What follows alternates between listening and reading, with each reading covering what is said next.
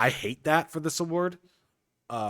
So this is my big push. I don't like how the sixth man of the year has been picked for a lot of times. Like Jamal Crawford and Lou Williams were not always the best bench player. They were not. They were a spark plug, but then if we're doing that, then give it to Bradley Beal. Like, Oh my God, if he wins sixth man of the year, I'd hate it, but I also love it because his crowning achievement of his career would be a sixth man of the year award. But I'd also be like, why does he get any award? This is the practice of cleaning the slate. Jig is up, jury's out. I pass away before I figure out who to trust, who to doubt.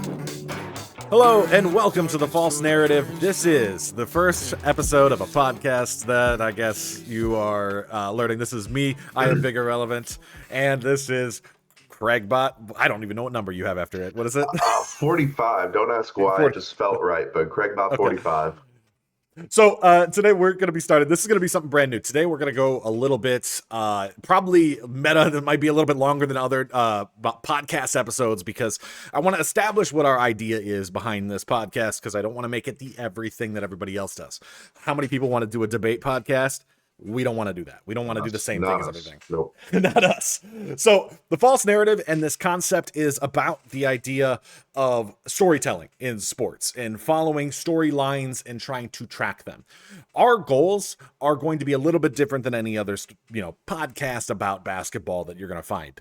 We want to make sure that we are being transparent, that you can hold us accountable as we hold each other accountable, and that we focus on story and the actual things that are happening in basketball rather than the drama and all the things that don't matter, essentially. I believe personally that story matters a lot. I think that narratives have a bad rap about sports because they really are what drives us to be interested, to be fans, and to love the game. And so we want to make sure that we are pushing the correct narratives that could be backed. And if we are wrong, you know that we're wrong and we're not like faking it and acting like we've been right all the time. Cause I have been so wrong for so long about Marvin Bagley. Wizards legend Marvin Bagley. About Marvin Bagley and other players that I have been completely wrong about. So before we start anything talking about basketball, this is a predictions episode. We're going to get into a lot of things about predictions, but the thing I want to make sure that we do first, because I am a MLB YouTuber essentially for this.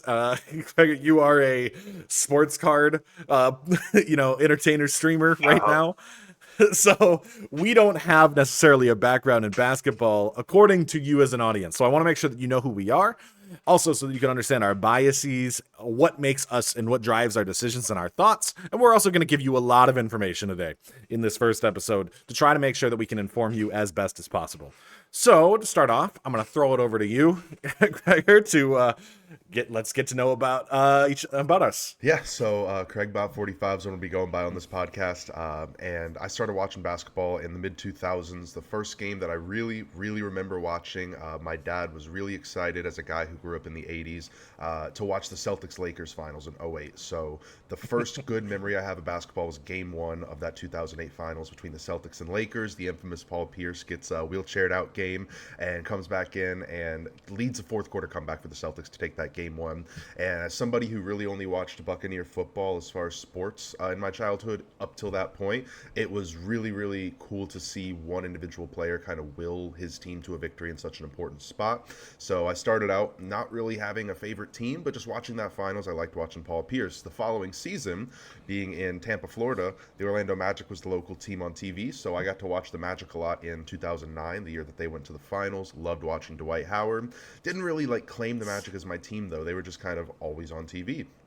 And eventually, we all know Dwight Howard kind of left the Magic in a total dumpster fire in 2012, 2013, around that time.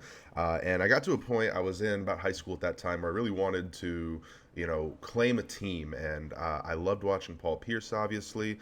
John Wall, another player that I loved watching as well, seeing highlights of him. And right around that 2013-14 time, Paul Pierce actually joined the Wizards. So I was like, well, my two favorite players, John Wall and Paul Pierce, are on this team. I'm just going to stake my claim and be a Wizards fan. So I am a Washington Wizards fan, have been for about 11 years now. It's been up and down 11 years. I like the direction the place is headed right now. But that is essentially where I'm at right now. Washington Wizards fan. And as far as it comes to basketball, I love watching traditional point guards play. And I love just kind of analyzing the game, learning as much as I can about the actual X's and O's in between the lines rather than just the narratives that you see and the outrageous things you see on NBA Twitter. Yeah, the Wizards fandom hasn't really worked out for for you, I guess. Not like that hasn't been me for any other sport either.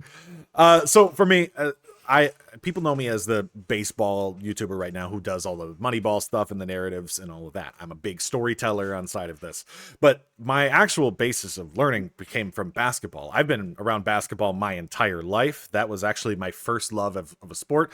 And then I hated it for a while, and then I came back and started loving it again. Because my family is all basketball players. They're basketball coaches. They are, went to college for basketball, all type of things. And so I'm around that, and I've been around this sport for a long time. My first memory of a basketball game is actually the 2004 finals, where I watched the Pistons versus the Lakers. And that has driven my entire identity as a sports fan. I loved Detroit. I loved San Antonio the next year. You're a kid. I was like 5 years old, I think, at the time when I really remembered it. So it's not like it's a big, picking teams. I think I picked it because of like a favorite color, essentially. But it helped me establish a little bit of my ideas of what I like in sports and how I like sports. And also like just who I am as a fan. I'm a bigger guy. I like big men because of that. I've always been a big fan. And if you think about those two teams, Ben Wallace, Tim Duncan, love those types of things. Love defense and all of that. And also, you guys know me, I'm a big fan of like analytics and all that other stuff too.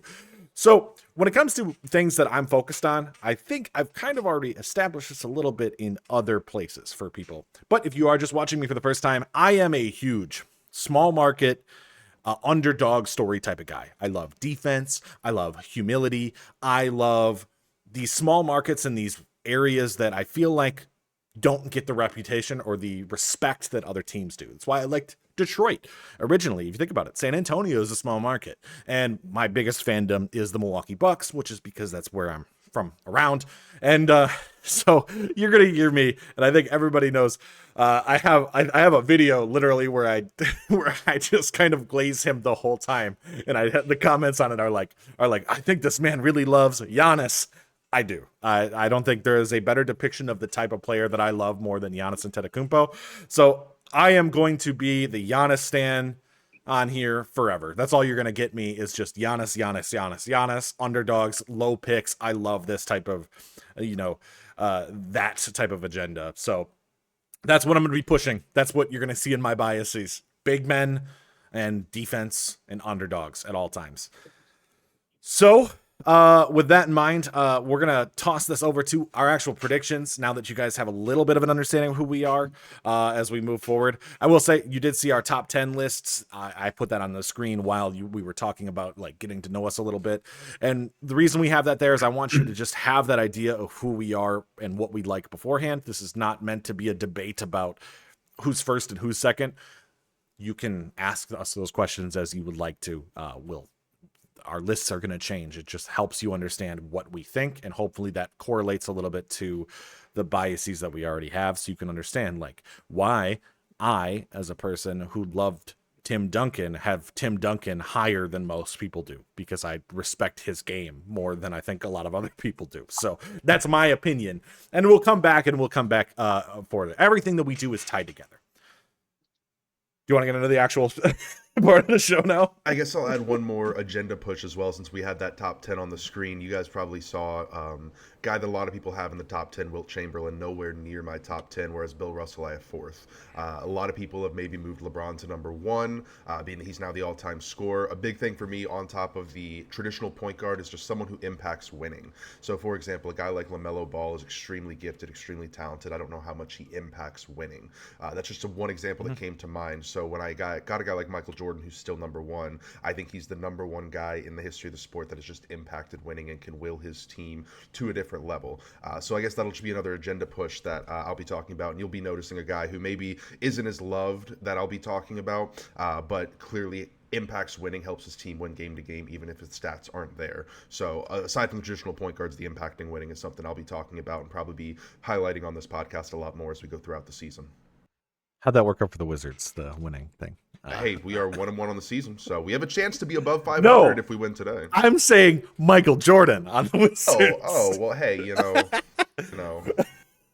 You can't. I got you. I trapped you already. Let's. All right. Okay. So we're gonna get into our predictions. We're gonna put those on the screen as well as we talk about them in our Eastern Conference and Western Conference. Do you want to start East or West? Let's go ahead and get the East out of the way.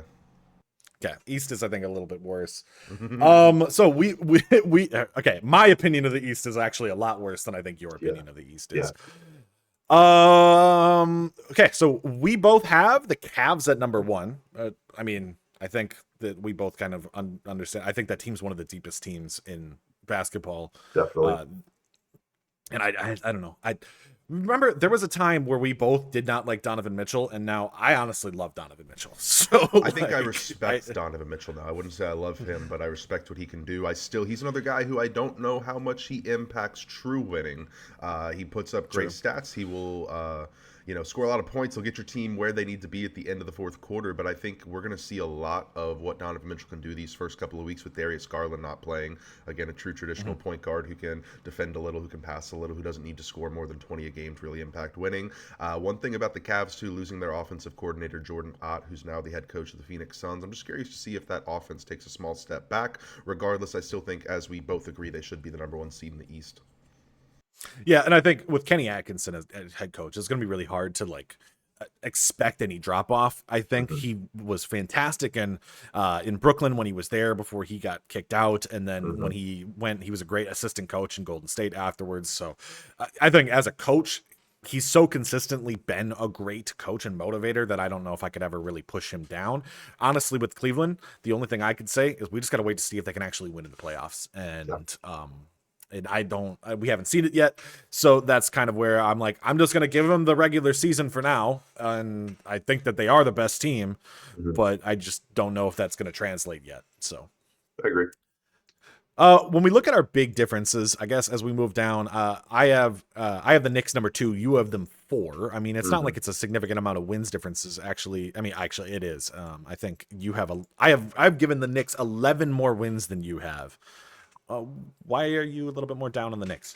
I think Tom Thibodeau is a fantastic coach, and he's not there anymore. Now, Mike Brown is a great coach as well. I think Mike Brown gives you a ceiling, and I think as well the Knicks are a team that is really built for the playoffs. I think they're great in the regular season, but I don't think they're going to worry as much about the regular season. I hate to throw out the term load management, but I wouldn't be surprised if they're just like, hey, the East is going to be easy this year. Let's make sure that we get to the playoffs healthy, because we know that when they came to the conference finals, they just ran out of gas last year against the Pacers. So I think their strategy this year is going to be, let's get to the dance. Let's at least secure home court in the first round, and then we're really going to go for it all.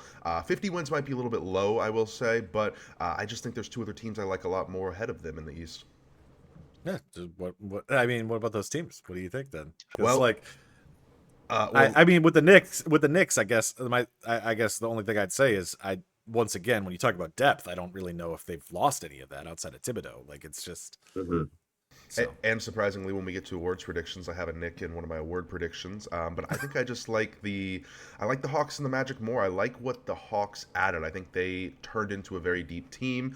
We talked about agendas pushing, traditional point guards. Trae Young, though he might not be the most efficient shooters, led the league in assists last season. I believe the season before as well. I could be wrong there. But I love seeing Quinn Snyder and what he's been able to do there. I know they're going to have Jalen Johnson back this year for hopefully more than the 35 games he played last year. And seeing Dyson Daniels, the Great Barrier Thief, one of the better nicknames in the game, seeing what he's been able to do as well. And then their big acquisition, Nickeil Alexander-Walker, coming off the bench, somebody who can score the rock and pass the ball as well. I think they're going to be able to put it together this year. I don't like that they started off 0-2, but that is okay. We still have a lot of games left to play. And then the Orlando Magic, I think that was a team that had everything they needed aside from a little bit of a scoring burst. And while 4 first-round picks for Desmond Bane seems like a lot, I think addition by subtraction, getting rid of Cole Anthony, getting rid of KCP, and bringing in a guy who can shoot 40% from deep and score 20 a night while still giving you the defensive that you need in a Jamal Mosley type of scheme is going to propel them to be a top 3 seed as well. I think Did you mention, you said Nickeil Alexander-Walker to you is their best acquisition, not, the 7'3" Latvian? He's great too. I don't know how many games he's going to play. He already missed a game, and he's only played 50% of games this season, and we're 2 games in. So I think the scoring off the bench is going to be very, very helpful for the Atlanta Hawks. And look, KP as well, another great shooter outside. They even brought in, I believe, Luke Kennard too, who's going to be a great scorer. That they finally have shooters around Trae Young. It's not just Onyeka Okongwu occasionally making a 3 or something like that. Especially because Dyson is not necessarily like a scorer like that. I think that's a good point. I have the Hawks down at 5, which is a big difference from where you're at. I don't know if I believe in them as much as you do, but I still think they're going to be a top team. The main reason is, and I think you can see it on my list, is I have the very big outlier that I have the Bucks all the way up at the 3 seed on my list, and I am going to state this now because right now, we're recording this on Sunday on the 26th? 26th. Yeah, 26th. So on Sunday, we're recording this on Sunday. Giannis looks amazing right now. Yeah. It is really early, but I am expecting him to have one of his best seasons of his career this year, and I think they've built a team perfect for him. I don't trust Doc, so I don't know if it's going to mean. I don't know if it's going to mean anything when it comes to the playoffs. They'll blow a 3-1 lead to somebody, but like in the regular season, I could see this team being extremely dominant, and I'm going to be saying all year, watching for the Bucks, to think, this is part of my bias, they're a great defensive team. They're really athletic right now.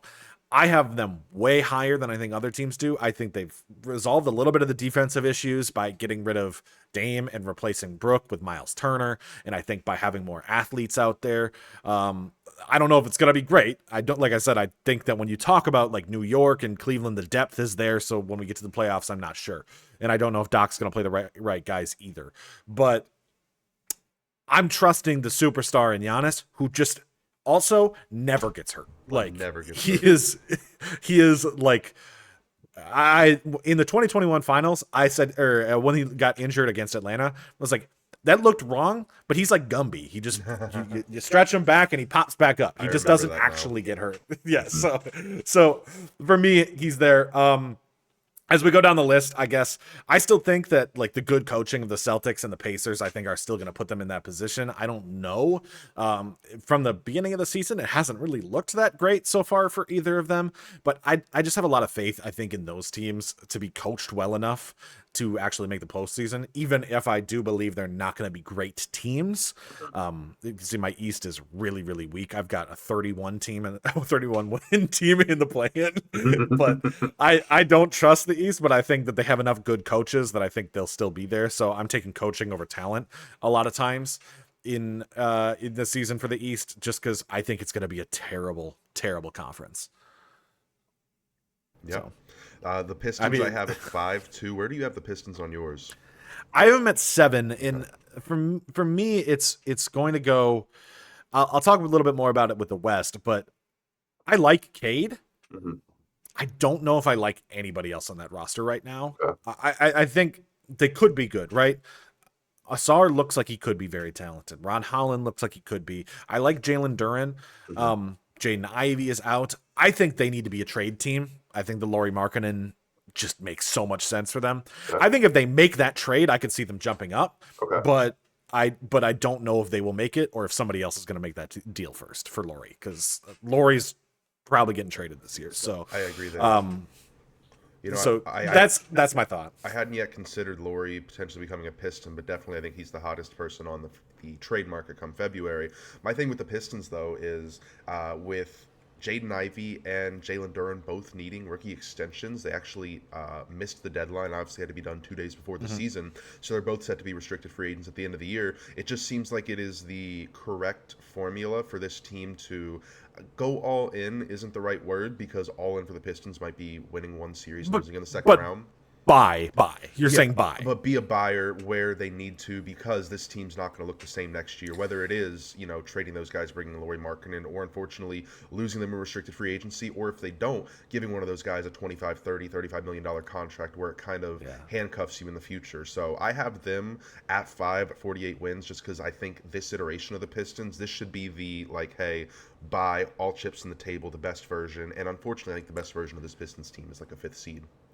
Yeah, I think Jay Ivey for Lauri is like a perfect deal. Obviously, you need more assets to make anything like that deal. But Jay Ivey just feels like he's going to be on the Jazz by the end of the year, or at least by next season. So, I love that idea of that trade, but I don't know if it's going to happen. I don't know if somebody else is going to get to Markkanen first. I don't know what Ainge is going to want. I don't know if Ainge wants Jaden Ivey. But I guess with that team, you're right. This is the perfect season for them to buy, because the East is so weak that they could get a home playoff series if they really do well. And by having them in 7th, you got to remember that the playoffs in seeding generally is last year. What was the West? 3 games between 3 and 3 and 8. It doesn't. The seeding doesn't really match much. Doesn't really matter much. When you talk about what the regular season looks like, because I can't really predict it. But yeah, I feel that. The one thing that I want to mention, I think we both feel this way about the Raptors specifically. I have no clue what this team is going to look like. I like their coach, but I don't know if it's going to work. I like their players, but I don't know how well they mash up together. Maybe this is just me not being informed enough about the Toronto Raptors. I have no clue how good this team actually is. So I got to watch their opening game against the Atlanta Hawks, and I was quite frankly shocked, because the Atlanta Hawks on paper are 1,000 times better than the Toronto Raptors, but the Raptors just seem like they wanted it more. Their coach has them playing with a lot of urgency. They're playing in transition, and when I think of Brandon Ingram, I think of a team that's just going to take 20 dribbles of possession, wait until 2 seconds on the shot clock, and settle for a bad shot. That's not what. And RJ Barrett too. RJ Barrett is the same exact player. Yeah. But that's not what they were against Atlanta. And now I didn't get to watch the Raptors on their second game of the season, but against Atlanta, they were playing in transition. They were playing with urgency, and they weren't settling for late in the shot clock bad shots. They were getting a lot of threes up, and they were getting layups in transition. So if they can continue to be well coached, and they continue to respond to that coaching well, and a team like me with Atlanta having them as the 2nd seed in the East, if they can beat teams like that, I'm not going to say this is going to be a top 4 seed, but I don't see why they couldn't fight for a play-in spot, if not maybe even squeak into a 6, which is a far stretch from the 28 wins, 13 seed that I have them at.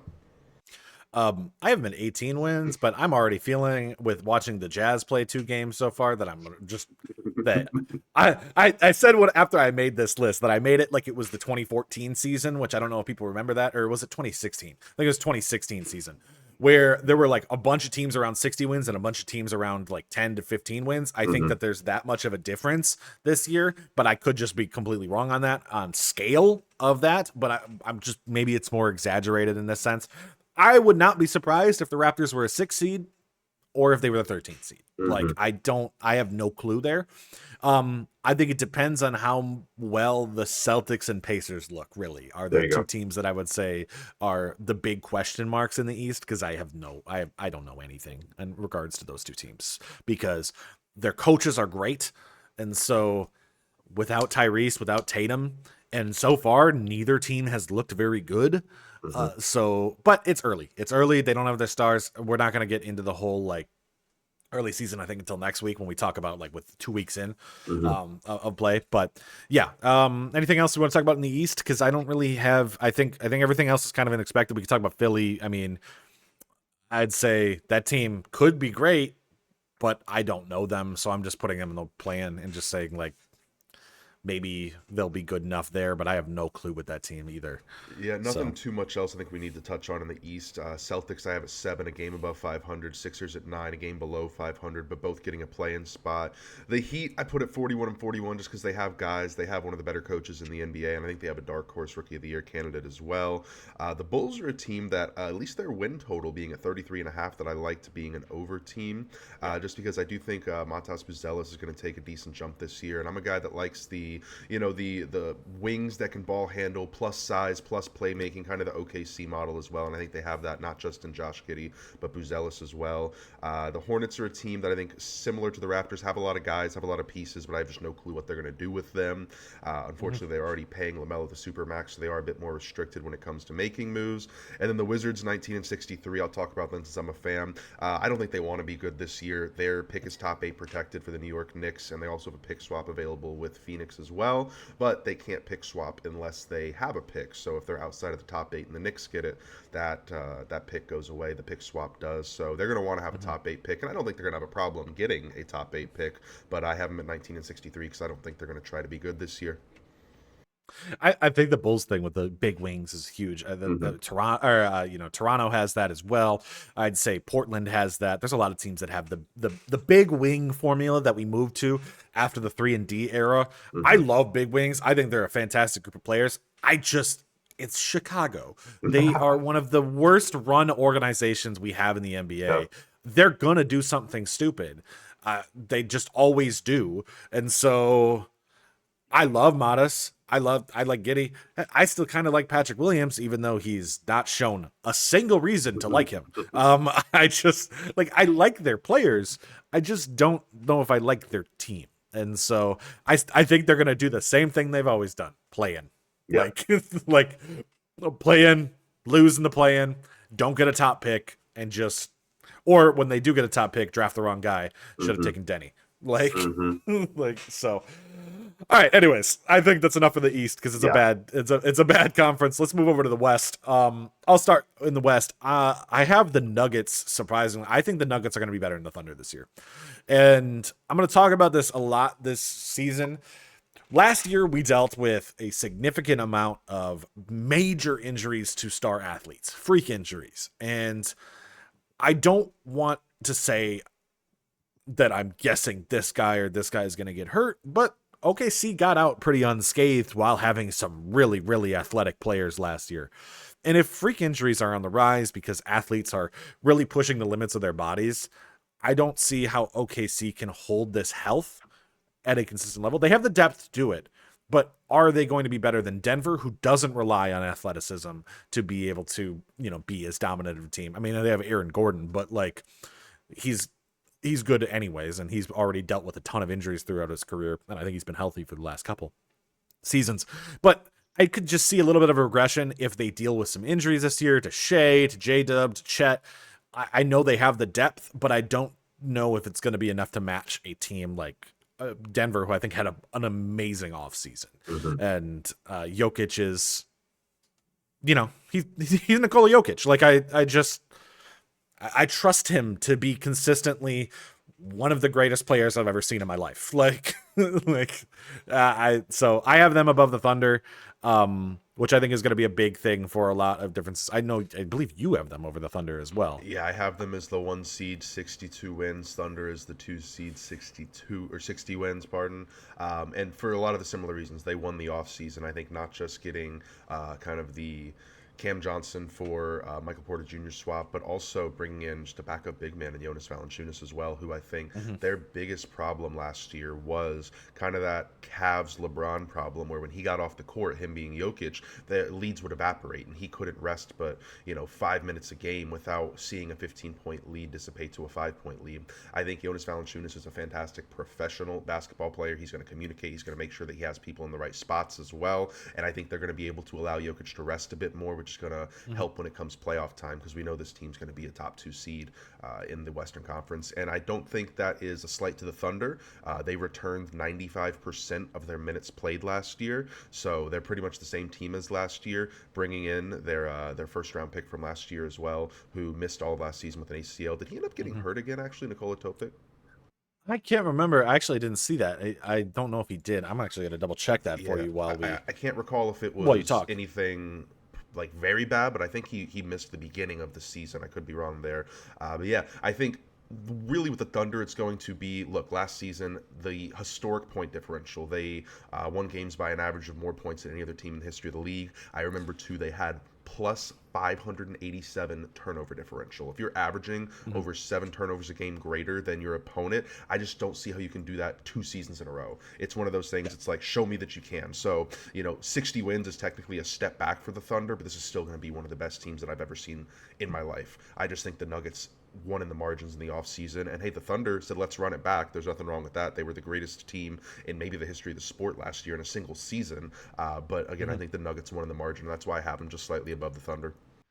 That is the take, but I like with the greatest team. I mean, I guess they got the ring, but I would say, like, I think the thing is with the Thunder is I still expect a lot from them. Like, I still have them as a 63 win team. I said I had a very, very top heavy Western Conference, and I think that we're going to see a couple 60 win teams this year. And for me, it's 5 games that they're stepping back. I don't even think it's going to be significant. I think that that's just enough where you could see another team jump them. I think last year with the Nuggets especially, you had the whole Michael Porter was not really that good last year. And so I like Cam Johnson. I like the depth that they added. I think that's going to be a way more interesting team. And I think the Thunder are still going to be a really great team. But I don't think, I personally, and you'll see this in my predictions later as well, I don't think we're going to suddenly see, like, this stretch of not seeing repeat champions, I think, is probably going to continue. I think we are seeing a lot of differences. I think the league changes so much year to year that it's just going to be hard to see a team like that actually develop and create a dynasty. Maybe they'll win in 2 years, but I don't know if they're going to win back-to-back. And I think winning back-to-back is very, very difficult. You can look at the Warriors in the 2010s. They didn't win the second one. And then, they won the next 2 back-to-back. But that was something else. That would be like if this Warriors team added, Anthony Edwards, or this Thunder team added Anthony Edwards after winning. So I would say, like, it's going to be a fight. It is going to be a dogfight between these two teams all year. I believe that Jokic is better than Shea. It's just where I'm at. Okay. As we move down the list, because we actually have a significant amount of differences, I think, as we move from those two teams. Want to talk about your, next stretch of the non-play-in teams first. So we'll just go down 3 through 6. I have Warriors at 3 with 58 wins, Clippers at 4 with 55, T-Wolves at 5 with 50 wins, and Lakers at 6 with 47. Those are the 4 clearing the play-in teams. Warriors being that I do think this is a poetic last ride, if you will, last dance. They have the oldest starting lineup in the history of the league, but also I think the wisest starting lineup in the history of the league. And ever since that Jimmy Butler trade, when the 3 of them played, 3 being Draymond, Jimmy, and Steph, they won 72% of their games. Now, I don't have the quick math on me, but 58 and 24 is probably somewhere close to a high 60s win percentage as well. And I just think that this team is deep, and they have so many different lineups they can throw at you. I wouldn't be surprised if we see Moses Moody crack the starting lineups at some point. If we see Jonathan Kuminga, who actually started opening night to a lot of people's surprise, Al Horford, even if we get to where Al Horford's starting as center, and we'll talk about it later in the pod. I think there's a chance that Draymond Green comes off the bench to allow somebody like Jonathan Kuminga to play at the 4 and allow Horford to play at the 5 while Draymond can lead the bench unit. So I think they have so many lineup combinations. I think that they are in a place where they have such veteran presence and such good leaders. They don't need to express and kind of exhaust themselves night to night, but I think that still gives them an opportunity to win as many games as possible. And of course, Steve Kerr being a legendary coach as well. That's why I have them where I do at the 3. The Clippers, for similar reasons as the Nuggets, they just got deeper. I think that their bench unit, including Chris Paul, Bradley Beal, Derek Jones Jr., John Collins, are better than some teams' starting lineup. So I think that's one of the deeper teams in the league. We know that down the stretch last year when Kawhi and Harden played, while it was few and far between in games, they were winning a lot of games. I want to say they were like close to 18-3 down the stretch in their 21 games last year, final 21 to kind of propel them into their top 6. The Timberwolves, at 50 wins. I know there's a discrepancy there between me and you, I believe. You had them at 59 wins. I think that team's just hit its ceiling unless we see an Anthony Edwards MVP campaign, which is definitely not out of the realm of possibility. I just think that team's hit their ceiling, and I don't know what else they can really do to improve within the margins unless they were able to just, hit in the draft, which we will see as their rookies develop. And then with the Lakers, too, I have them at 47 and 35. I just think with Luka Doncic, you're kind of a pencil in to miss the play-in. That's more so my bias there. Of just Luka's going to get you past the play-in. He's good enough for that. I have the same thing with the Lakers, where I really hated typing in the Lakers at the 5 and having them have 50 wins, but Luka's Luka. For me, the big difference I think is I'm looking at it. I'm gonna continue to bring this back up. I think the injuries thing is going to be a problem. We've seen that become a rise in the last several years. And while I also said it in athletic players, we have seen it significantly hit these old guys. And the Warriors and Clippers are some of the oldest teams in the league.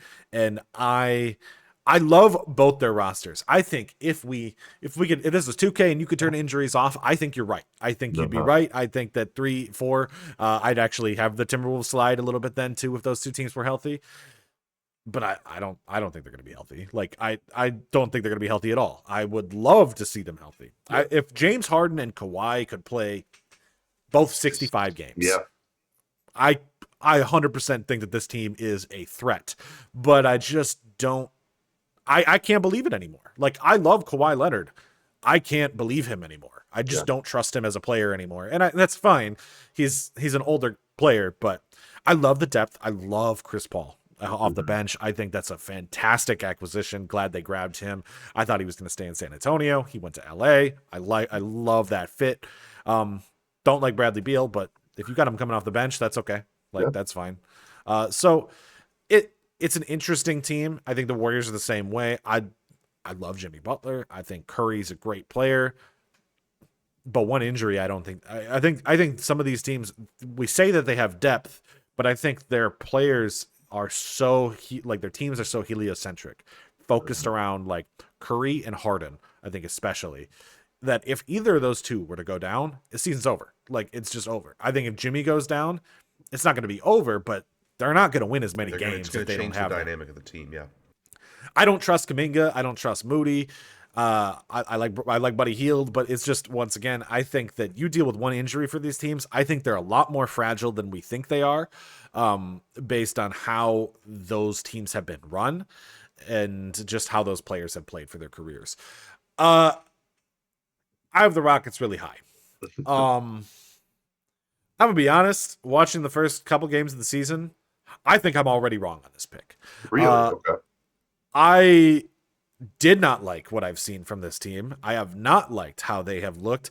I believed that we were going to see a massive step up from Şengün. We have seen that. I thought that KD was going to be a perfect fit alongside him. I don't know if we've seen that. Okay. It's early. I'm saying it's just, I did not like game 1 KD in overtime. I don't know, and I don't like the point guard situation. But if they can resolve that, and there's a lot of veterans, they have a lot of talent. I think if Thompson can step up a little bit more too this season, they have so much depth. I love their depth. I love all their players, but losing Fred VanVleet, I think it looks like it's hurt a little bit more than I thought. Once again, it's early, so I don't want to get ahead of myself. I'm still sticking to this 60-win prediction. I just am admitting that I think that I could be wrong here with that team. And I think the same thing with Minnesota. I think you could see Dillingham step up, but I also just, I believe that Anthony Edwards is on a mission. And I trust Rudy Gobert as a floor setter, that I don't think a team with Rudy Gobert can win less than 40 games. So you add that, and if Ant is better, then it doesn't matter. Then it's just kind of where that team is at. As we move down the list, because I'll say, I don't know if you noticed, I have the Warriors out of the playoffs. I don't even have them in. So that's my big change. I don't have them in at all. So that's where we are. I think, okay, if we go to the Texas teams, though, the other Texas teams that aren't Houston, that's a fun question. Mavs and Spurs. So right now you have the Mavs at 11 and the Spurs at 9, and I have the Spurs at 8 and the Mavs at 7. I don't know on the Mavs. It's a big question. I love the depth of that team. I love a lot of the players on that team. I think AD is a great player there. I think defensively they're a very, very good team. I like Lively. I like Gafford. I don't know if they're going to be great. I think Cooper's a fantastic defensive player. We'll get to that. I think we both agree on Cooper Flag. We're going to make the rookie of the year conversation really quick, honestly, with Cooper. Like, Cooper is Cooper. So I could see, this team being good. I could also see this team just being a massive question mark too. Where the Spurs, I think it all relies on Wemby's health. That guy is one of the best players I've ever seen in my life. But I don't think he's playing. He's not playing 80 games. And he's not playing. He hasn't hit his final growth spurt yet. I mean, the guy's still 20 years old. Like, he will probably grow another inch or two, put on more weight, fill out his body. It's going to be scary.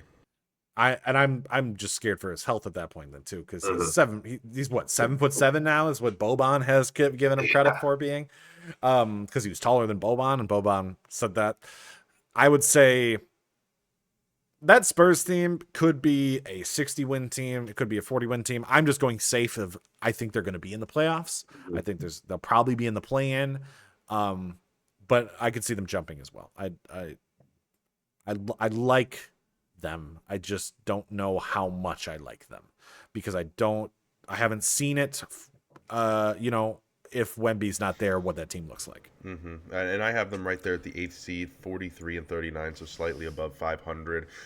One thing that was encouraging to see, aside from just Wemby, getting a block, going down, doing a step back three, aside from all that craziness, he's taken 21 shots inside the paint in his first 2 games, so averaging 10.5 shots a game inside the paint, and guess what? He's made 19 of them. If you can shoot 90% from inside the paint in the restricted area at 7 foot whatever, it's going to be really hard to stop him. So as much as he can ball handle, as much as he can shoot the three, and he has a deeper bag than most 7'5" people, it's encouraging to see him realize, like, oh, maybe I should just lean into what I'm good at and score inside the paint at 90% freaking. So I think it's an encouraging sign to see, and I think that if they can continue to surround him with shooters, and if he can continue to have the, I guess you could call it gravity. It's almost like, they say gravity on offense when you pull people to you to get others open. His defense is like a negative gravity on defense, because people get to the free throw line and they're like, oh, no, turn around.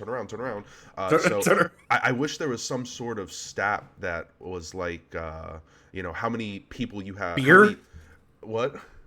Fear, like it's how many people you've deterred from even taking a shot or stepping in the paint because you're standing there. Like, there's so much that he does on defense that you can't even record, because people are afraid to take shots against him. I mean, just last night, I didn't get to watch the game, but he had 9 blocks. He had 29, 11, and 9. He almost had a triple-double with blocks in his second game of the season.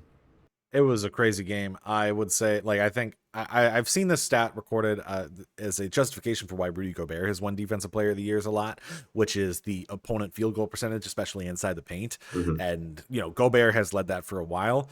I could see Wemby easily taking that as, like, shooters just not even trying to it. I wonder if the field goals against inside the paint might be one. We'll have to watch and track that number throughout the season to see what that number's at, see where he is ranking. The Spurs are a big question, because I love this team. I love what they could be. And I think, if all things considered, if they're healthy, the sky is the limit. Their ceiling is, like, we just mentioned the whole, your whole ceiling thing for the Timberwolves and all that. The Spurs ceiling is what? Let's say everything goes right. What's Conference finals? I mean, upsetting the Nuggets or the Thunder? I don't even mean it just this season. I think, like, we're talking about just in general ceilings, like 72, 73, 74, 75 wins. Like, we're talking, if everything were to go right, like, I don't think there is one, is essentially what I'm trying to say. I don't think they have a ceiling.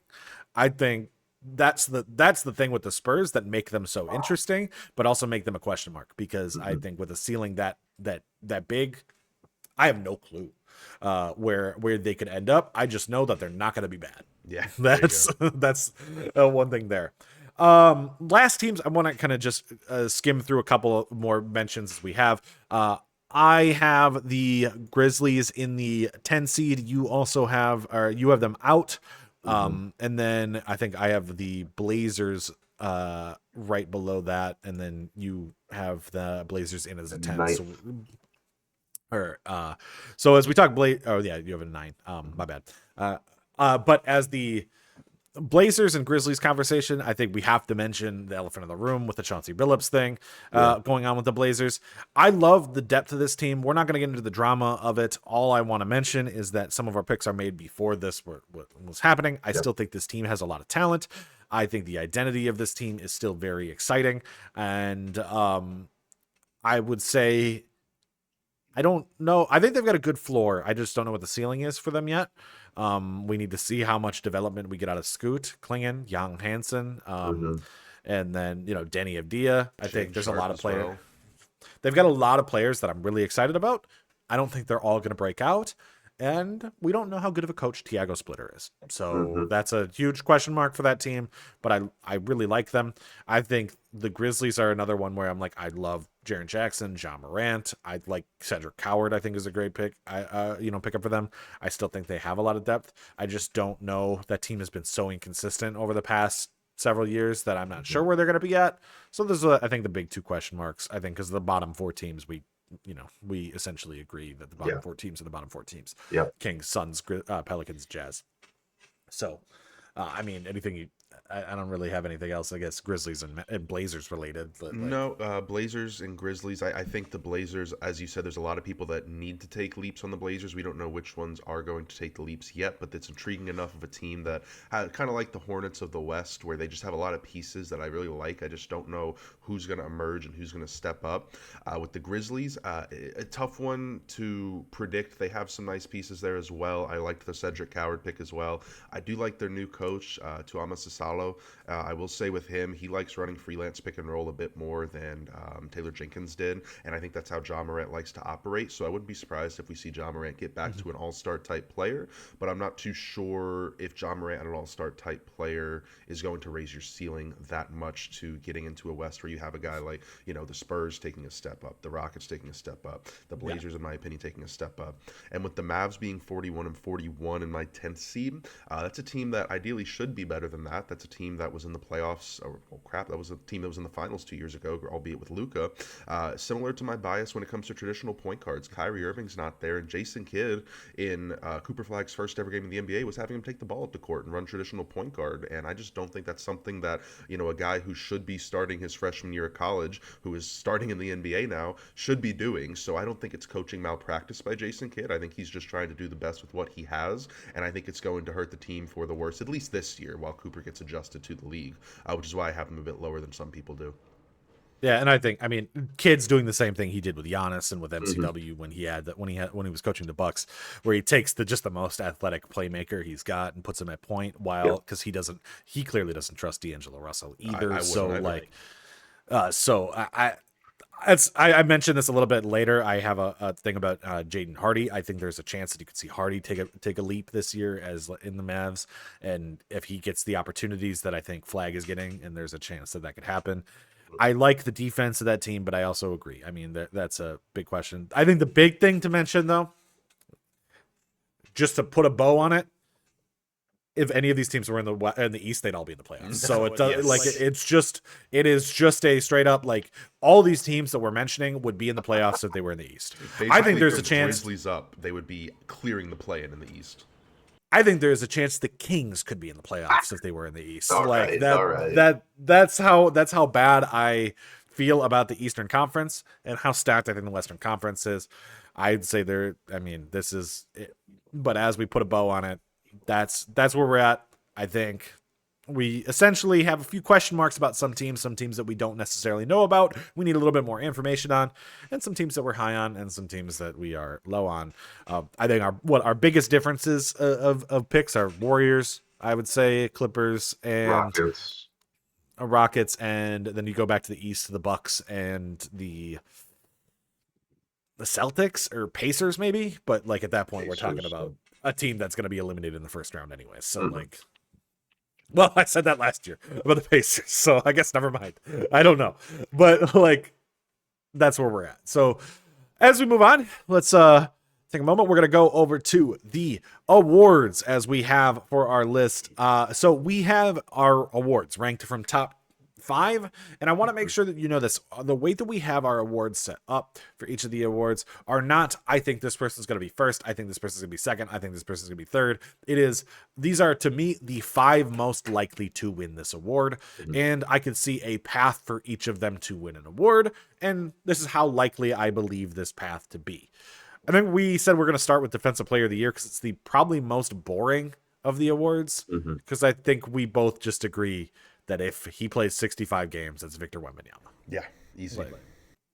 I don't even think we have to ask it. He's one of the best defensive players I've seen. And it's the easy answer. If he plays enough games to be healthy, he will win the award. He would have won it last year if he was healthy. So that's where we have there. As you go down the list, you have Thompson higher on the list. I don't even think I have Thompson in my 5. What do you like Amen? I think it's just his versatility. You know, you could see him some nights guarding a 6'3" guard and Steph Curry. You could see him some nights, you know, with Rudy Gobert trying to post him up, and he's able to strip the ball from him. I think not only his ability to block shots, but also his active hands and ability to strip before somebody can even make a move. But I think it's more so just the versatility of him. It doesn't matter if you're 7'7" Wembanyama or, you know, Spud Webb, let's say. Amen's going to be able to guard you. He's going to be able to get to the perimeter. He's got great lateral quickness as well. And I think he's going to be the best defender on that Rockets team as well, who's an above average defensive team. As we move down, I have Mobley at 2. You have him at 3. The former reigning. We both have Dyson Daniels on our list, a little bit lower. I think that, and this is where I'm going to talk about the bias thing as we talk about. I believe that interior defenders are a little bit more valuable on defense than perimeter defenders, so that's why I don't have him in my thing, and why I have Dyson a little bit lower.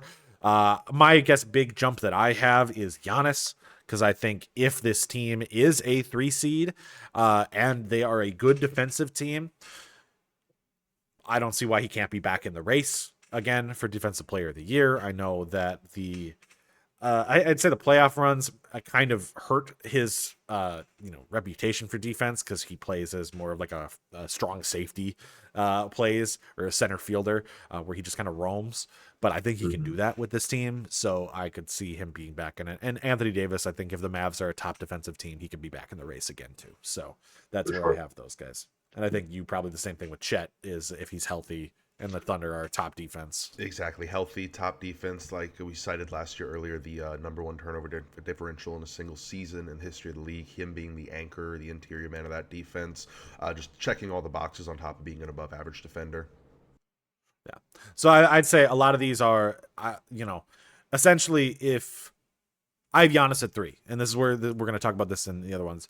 I'd say it's if Wemby is top, then he gets it. If the other arguments for the other players are not there, that's why this guy is going to win it. So to me, it's like Anthony Davis in 4th. If Wemby doesn't play 65 games, if the Cavs aren't a top defense, if Giannis is not a top defensive player, and the Mavs are, I think Anthony Davis would then be most likely. That's why I have him at 4th.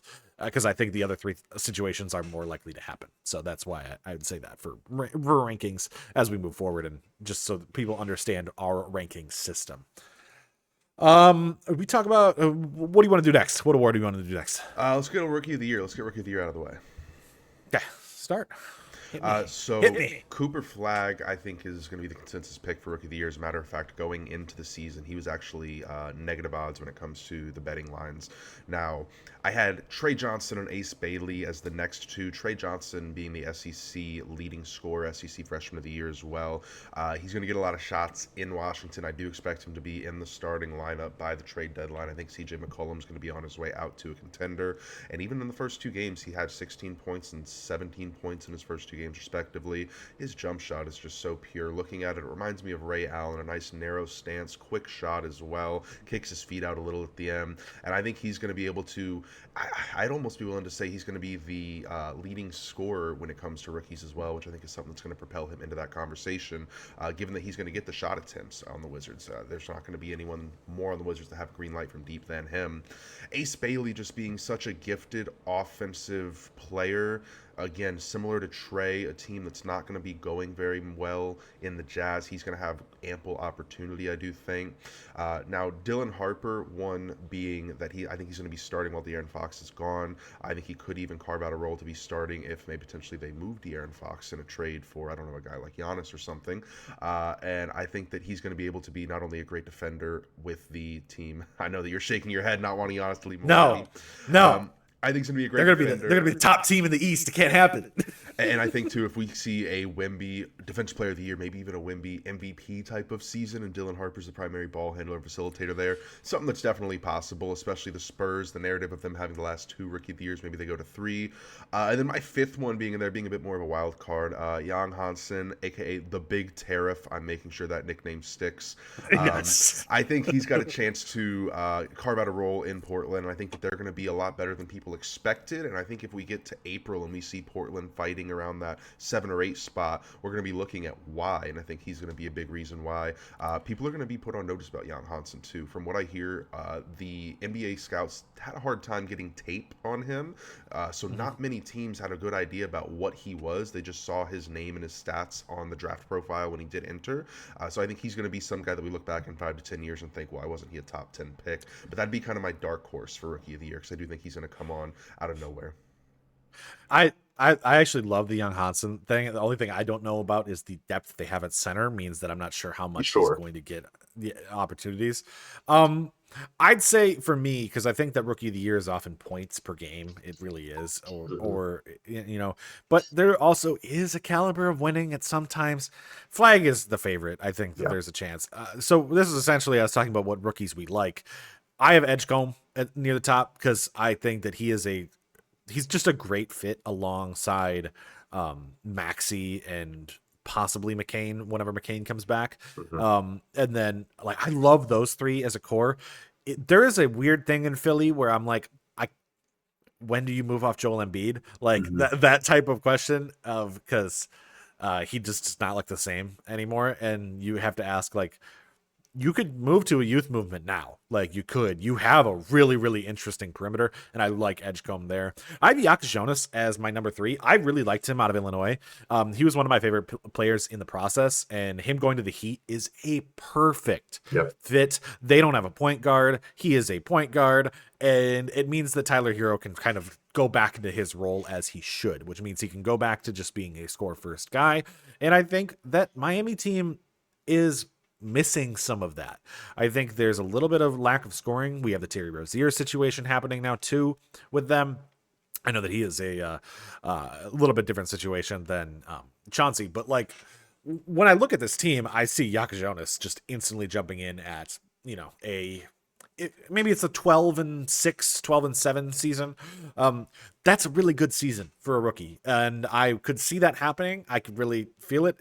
A lot of times for me, a rookie is a good Rookie of the Year candidate to look for is a guy who's on a team that is somewhat good, has some sort of talent, and is just a good fit alongside those stars. That's why I also have Kaman Malawak on that list, because I think as a big man, he is actually a good fit alongside, Booker and Green and Brooks as the top guys on that team, even though I don't think that team's going to be good. Whereas with Ace Bailey, I do have him at 5th because I think there's a great chance Laurie gets traded at some point, which means that Ace Bailey could rack up a full 18 points per game type season if he needs to. But I also just don't know with that team how it's going to look and how long it's going to take for Bailey to be given the keys to the offense. And because offensively he is great, and I could expect him to be great offensively. I just don't know how long it's going to take for him to get there. And I'm not. And amongst other things, if you've got a 10 to 15 win Utah Jazz team and you're competing with a 50 win Mavs, 40 to 50 win Mavs team, or the Heat, I'm taking the rookie who's on the team that wins. I think 100%. that so but there's still a shot. He could average 20. Honestly, he hasn't looked good so far, but he could eventually look that way.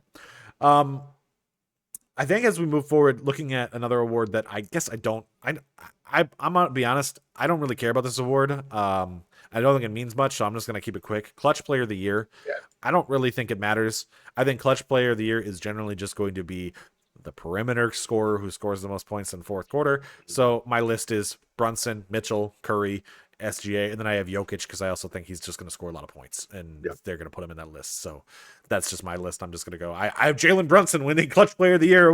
Like, I don't think it matters. Who do you got in Clutch Player? I put Donovan Mitchell, Jalen Brunson 1-2, so just flip-flopped those. Curry at 3 because he's going to have some silly fourth quarter highlights. He's going to hit his night-night celebration. And then Trae Young, same thing, going to do his ice tray celebration. People are going to go crazy. And Cade Cunningham, who's, again, just a really good fourth quarter scorer. And I think that Pistons team is going to be a lot better than people expected. He'd be a dark horse for it. But I agree with you. This award doesn't matter. It's silly. It was made. I felt like it was made for DeMar DeRozan, and he's never gonna win. Like it was made for DeMar DeRozan. Like it was like the whole or Isaiah Thomas, because they had those 2 seasons where those guys were so good in the fourth quarter, and we're like, we should make an award for that. And now DeMar DeRozan's in his late 30s. He's not winning that award. So Isaiah Thomas is still on Twitter begging for a job. Hey. The Heat have a roster spot. So but it doesn't matter because Jokic Jonas is going to take that roster spot. So yeah, Clutch Player, I don't really care. We're not going to talk about it like all year. We just had to mention it. As we go, I think Coach of the Year is another one that, like, as we look at Coach of the Year, generally it is, I think, an award given to a coach that is on a top team or a team that defies and beats expectations, or feels like it's a little less talented. So you're not going to see Dagenal win as I don't think he would win. I don't think you're going to see Atkinson win or Mike Brown win it. Personally, I mean, they could if they have enough wins where it matters. I think this is generally a team that is going to beat expectations. And looking at yours, I mean, you have Mike Brown on your list, but I think we both are agreeing that it's just going to be one of the teams that we think are going to be better than what we expect. So you've got Snyder at the top, and I have Ime Udoka, just because I think, like, if the Rockets won 60 games, I agree.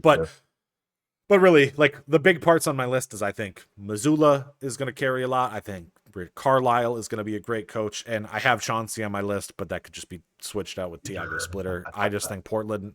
I think Tiago Splitter, if the team is as good as I thought that Portland was going to be, Tiago Splitter might be high. Tiago Splitter might be way higher on the list because he's an interim coach, and nobody expects anything out of that team now. So it almost actually benefits that race.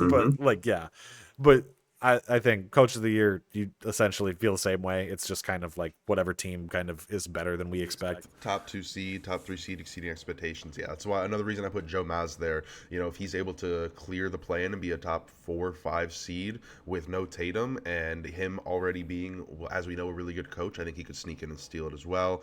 Mike Brown, if the Knicks get to the 1 seed and end up getting to a point where I don't want to say exceeded expectations, but reached a new height as compared to where they were kind of locked into with the Tibbs era, I think he could as well. But Quinn Snyder would be my pick just because I have Atlanta being a top 2 seed with the acquisitions they had in the offseason. Yeah, and I think that if Atlanta is a top 2 seed, I'd give it to Quinn Snyder as well. I think that that's a very reasonable thing, unless you do see a Boston jump up and somehow be a top 4 seed. You'd be like, yeah, no, give that to Mazzulla. Like, it's just one of those where if somebody really does jump up, that's what the award is for. So Sure. I'm not really going to track this as like a big thing. We're just going to look and see what teams are kind of outplaying what we think, outplaying their talent, essentially. That's why Rick Carlisle, honestly, probably should have deserved a couple more of these. Like, I didn't realize Indiana was that good. I don't think anybody did last year. And so I've got to give some of that credit to Carlisle. And, in the offseason, a lot of coaches did, but I don't know if that team's going to be good enough. I think if they're a play-in team, that's where I'd feel there too, where it's just like, yeah, that's a team that should be in this position because they performed. Okay, 6th man of the year. Do we have the same winner? No, we both have Hart High.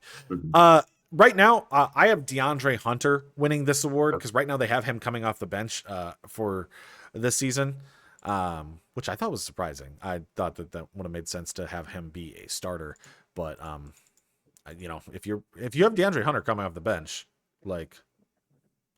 I can't remember. I didn't watch the game last night. I don't know if he started last night. No, he did not. He didn't even play last night. Okay, never mind. But anyways, that's a player that I would say, like, if he is healthy, that he made such a difference to that team when he showed up last year. If he's coming off the bench, that's where I have it. I think top team, best bench player generally is what I would pick. I know that's not been how the award has been picked in the past. A lot of times they just pick the top scorer off the bench, and I hate that for this award. So this is my big push. I don't like how the sixth man of the year has been picked for a lot of times. Like, Jamal Crawford and Lou Williams were not always the best bench player. They were not. They were a spark plug, but then if we're doing that, then give it to Bradley Beal. Like, oh my God, if he wins sixth man of the year, I'd hate it, but I'd also love it because his crowning achievement of his career would be his sixth man of the year award. But I'd also be like, Sure. Why does he get any award? Yeah. So we kind of both agree. You have Hart up there, as I have him as number 2, as just like one of the best bench players off of a really good team. Yeah. I guess the big difference is when we look at our list, because I have Hardy. I've talked a little bit about how I think that there is a possible for him to jump. I've got Caruso up there because I think, best player off the bench of the Thunder, same way there. But the ones that we have a huge difference on, because is Draymond Green and Chris Paul. You have Draymond in there. He is currently a starter. He is. I don't expect him to be a starter for the remainder of the year. We were talking earlier about how many different lineups the Warriors can throw at you, and I really think the best lineup and the one that Kerr is going to play the most minutes this year is going to be, assuming health, it's going to be Steph at the 1, Pods at the 2, Butler at the 3 with Kuminga at the 4 and Horford at the 5. That's not to say that Draymond doesn't get the fourth quarter minutes at the center or the power forward, but I think that I think Steve Kerr needs an adult in the bench unit because he does not trust Kuminga, and I think Kerr can paint the picture of, hey, just because you're a starter does not mean that you're one of my 5 best players. It's because I need adults with you, Jonathan Kuminga.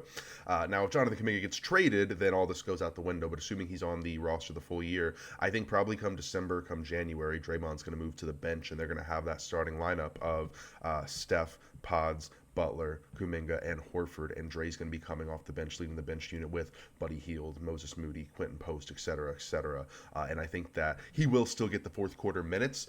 Maybe they even play a little big where they have Horford and Dre in the fourth quarter, but I think that the media storm of how selfless Draymond is, how much of a winner he is, and how he's willing to do whatever to put this team where it is, and if this team gets to a 55 to 58 win mark that I predicted them to be, plus the media narrative coming out of San Francisco of how selfless and great Draymond Green is. Now, obviously, we have to ensure that Draymond comes off the bench first. If he starts all 82 games, then we can't do that. But I am a full belief that what's best for this Warriors team is sitting him on the bench, even if it's just for the first 5 minutes of the game, having him lead that second unit to ensure that there's an adult out there on the second unit, and that way that they can maintain these leads. So that'd be my reasoning for Draymond Green, but obviously the first thing we have to do is get Draymond to go to the bench. I think the thing is, the only question is going to be his ego, because for the last couple of years, he's been pushing himself for Defensive Player of the Year when he has not even been close in the consideration. He just doesn't like Rudy Gobert, and and so he does the exact thing we mentioned at the top, where he is the full agenda pusher, and his desire to be considered one of the greats, and he has a media position to be able to do so. So he is always going to push his narrative, the anti-Rudy Gobert, the pro-Draymond Green, pro-Warriors type thing, pro-LeBron, because, that also helps his legacy too, if you bump up LeBron. I don't know. If he decides to make that sacrifice early on in the season, and it works, he's going to push it all season. So I would say there's a great chance that the narrative could be there. I think his ego's too big for that to happen. So I wonder though if he could prop up his own ego by saying, yeah, I did decide to come off the bench because I was right and I knew that the best thing for that team, like imagine if he decides to make that position and they go on and make the conference finals or win a championship. I think he could even inflate his ego being like, I was right. Yeah, I came off the bench, and yeah, I'm damn proud of it, and yeah, look at my 5th ring.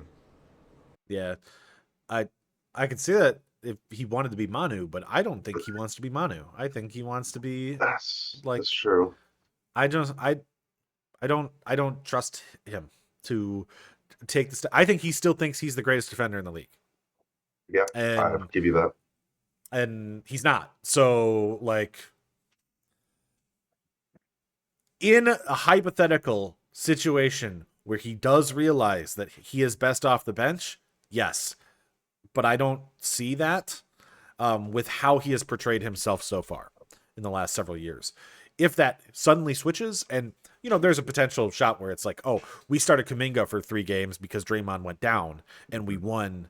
That's where I think it's more likely, where Draymond gets hurt for a minor injury, misses 2 weeks or whatever, does his media, goes and does ESPN media for those 2 weeks because that's what he does, and the Warriors are 8-2 in that stretch.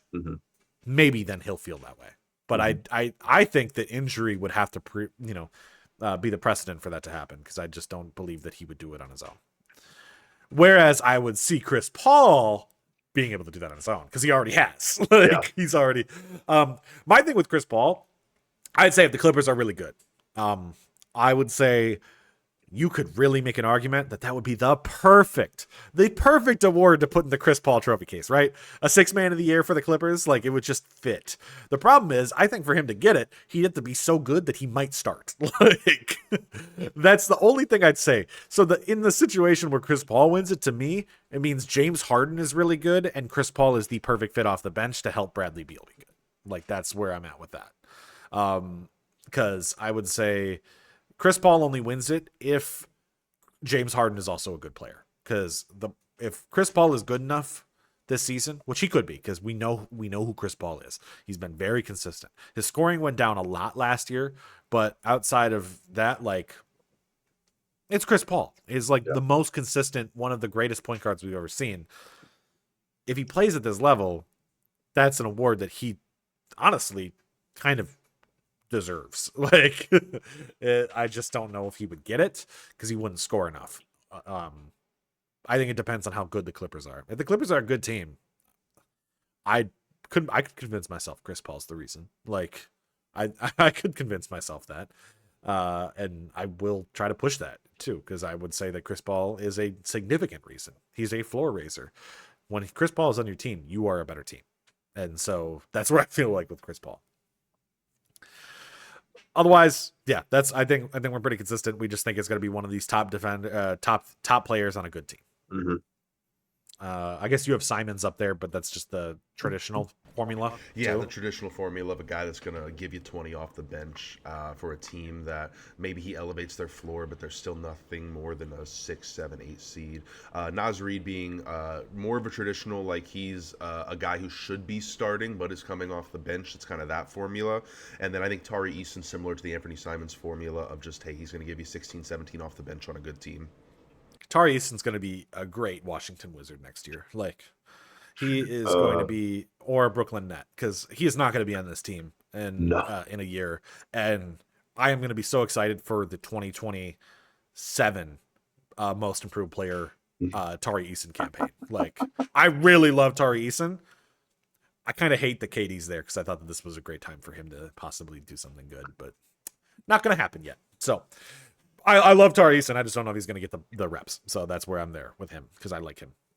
Okay, next award.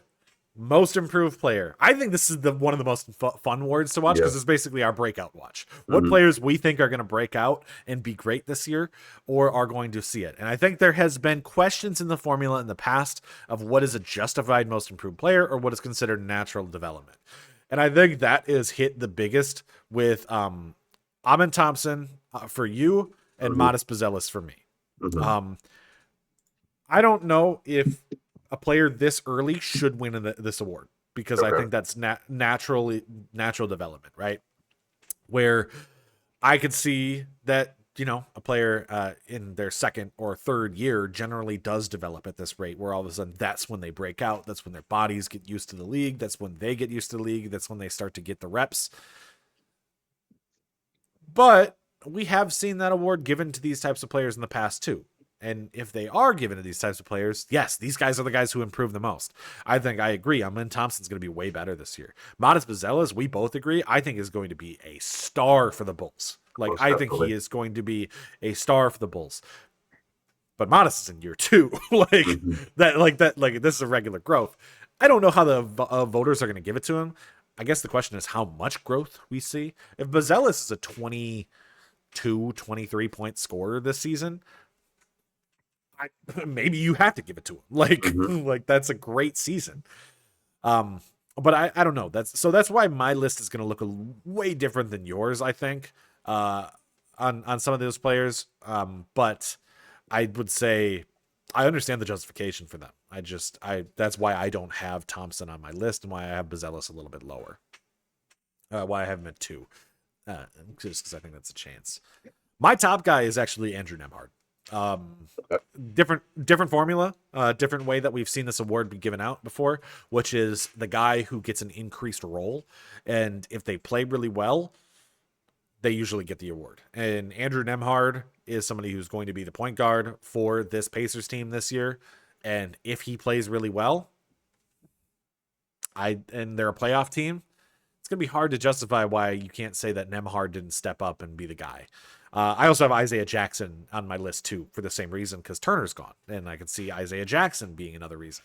I think if the Pacers are good, it's likely because one of these two players have stepped up. Is essentially what I'm saying with those picks, and it could be both of them step up, and maybe they take the votes away from each other, and Buzelis gets it. You know what I mean? But I think that the Pacers are going to still be a good team, and so that's why I have those guys.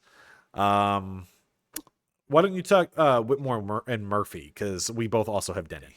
Yeah, so with Whitmore, I think he, this is more of a long shot, dark horse one, but I think we had such high hopes for him as a guy who was projected to be a top 5 pick in his draft that fell to I can't remember if it was late teens, early 20s, somewhere in that ballpark, and then Washington was able to pick him up for 2 second-round picks in the offseason. Again, a guy that was supposed to be a top 5, at minimum a lottery pick in his draft. I think that he's got the athleticism, he's got the motor and the ability and the want and the drive. He just needs his shot fixed, and I think that if Washington can kind of fix that and get him to be more selective with his shots, make better decisions with it, but also get them to go at a higher clip, I think it's a dark horse for it, and I think it's strictly for the points last year versus the points this year differential, if that were to happen. Now, with Trey Johnson looking as great as he has the first two games of the season, maybe Cam Whitmore does not get the opportunity, the minutes and the shots to win that award. But when it comes to Trey Murphy, I think people didn't look too much at him last year, his defensive ability, him getting up to 20 points per game as well. I think the narrative coming out of New Orleans was so much more Zion, that I think if come February, Trey Murphy is representing the Pelicans in the All-Star game, and I think he has an all-star type season, people are going to think that's the same Trey Murphy I remember from his first and second year, and now forgetting about last year, going to his fourth year, he's all of a sudden an all-star. I think that could be the narrative for him, and I think, as you mentioned, the difference between natural progression and taking a leap, I think Trey Murphy, though he has been a consistent natural progressor, I think people forgetting about last year's New Orleans Pelicans, given the Zion drama that all happened last year, that they're going to totally forget that he has been naturally progressing like this, because I expect him to be a guy who can score 24, 25 a game, and I wouldn't be shocked if he is an all-star. I honestly didn't even think about that. That is such a good point, because I didn't put Trey Murphy because I was like, he's already good. I could expect more growth, but I didn't think he'd break out. But that's a really good point, because nobody cares about the Pelicans. Sorry, Pelicans fans, but like on a national level, they don't get any respect. So I love Trey Murphy. I love Herb Jones. I like a lot of players on that team.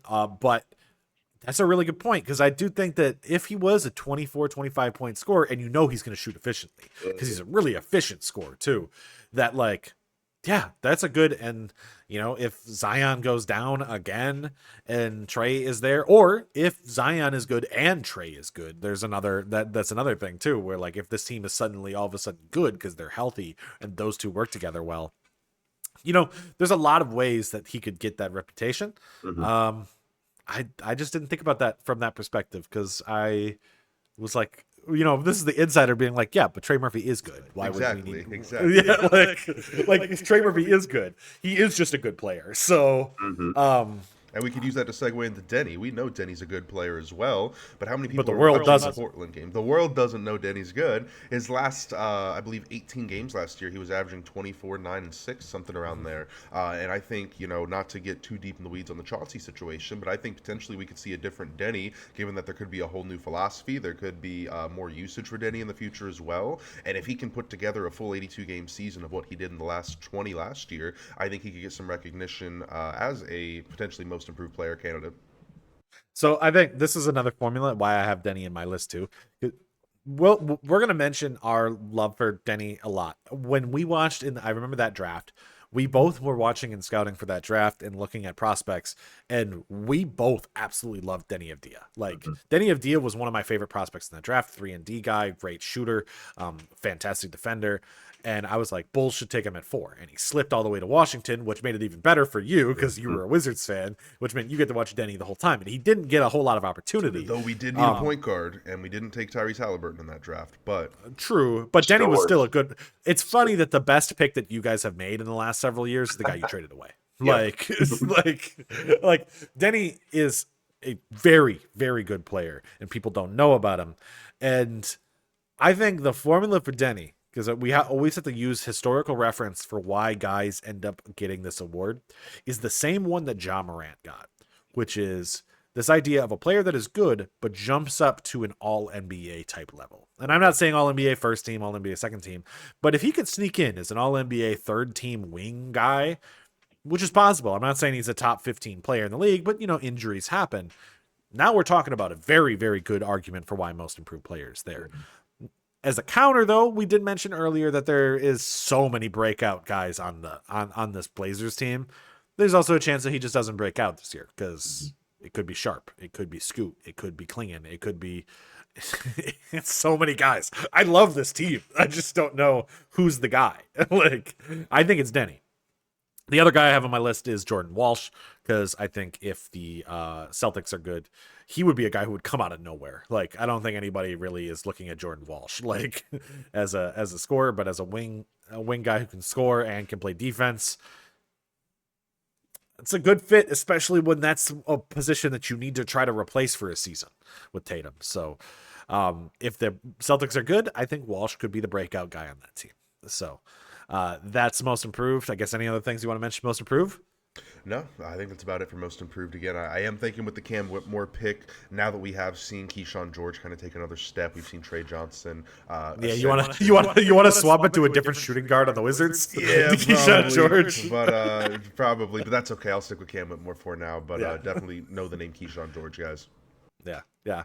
Okay. So before we get into this, we've obviously been going for quite a long time. We are going to actually have a little bit of a deeper conversation about most valuable player, because MVP means a thing to a lot of different people. And so we need to clarify our meanings as well as what we think and why we make our picks the way that we do, because MVP is going to be different for everyone.